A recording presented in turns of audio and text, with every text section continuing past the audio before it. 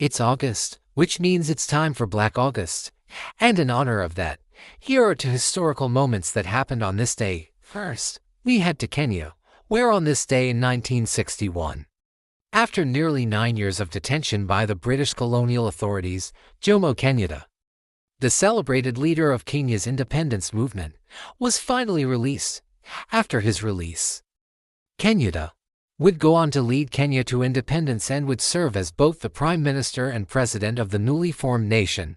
But before his rise to national prominence, he had become a symbol of resistance against British colonial rule. In 1952, Kenyatta had been charged with several offenses, including the illegal possession of ammunition. Following his suspected involvement in the emergency period, a violent uprising against British rule in Kenya. However, many believed that these charges were trumped up and that Kenyatta was targeted due to his prominent role in the independence movement. Regardless, Kenyatta was convicted and sentenced to 7 years of hard labor. His detention without trial outraged many Kenyans who saw it as part of the British strategy to crush the independence movement. Kenyatta's release came amidst growing international pressure on the British government over its handling of the colony.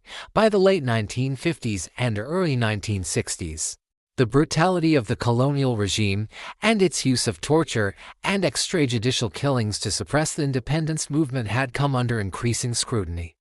As the tide of public opinion turned against the British, calls for Kenya's independence grew louder. Finally, on August 21, 1961, after serving nearly 9 years in detention, Kenyatta was released. The news of his release sparked massive celebrations across the country. People poured onto the streets, waving flags and chanting songs of freedom. For many, Kenyatta's release symbolized not just the potential end of colonial rule, but also the triumph of their own struggles against oppression. The journey to independence was far from over, but Kenyatta's return to the political arena marked a significant step towards self-rule. But our second story is even older.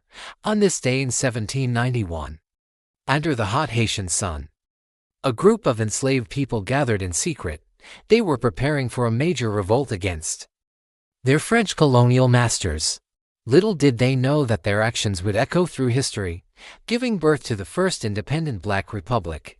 By the end of the 18th century, Haiti was a French colony known as Saint-Domingue.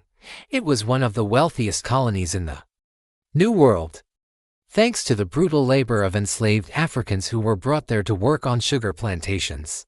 The enslaved majority in Haiti were concentrated in the south, where conditions were unbearable. Disease, starvation, and horrific treatment were commonplace. So when the revolution started in the north with the arrival of educated slaves and former slaves, inspired by Enlightenment ideas, it didn't take long to spread to the south. On August 21st, revolted in the south under the leadership of Toussaint Louverture, the revolutionaries took control of the island's west and began to push the French forces back. Though the road ahead was fraught with challenges, this day marked the beginning of the end for slavery in Haiti and for France's colonial ambitions in the region. Over the next decade, the revolution in Haiti would grow in intensity and scope, despite fierce resistance from France. The revolutionaries, led by figures like Dessalines and Henry Christophe, would eventually prevail.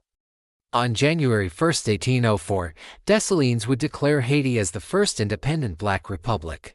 The Haitian Revolution had not only ended slavery in the colony, but had also dealt a severe blow to the institution of slavery across the Americas and beyond.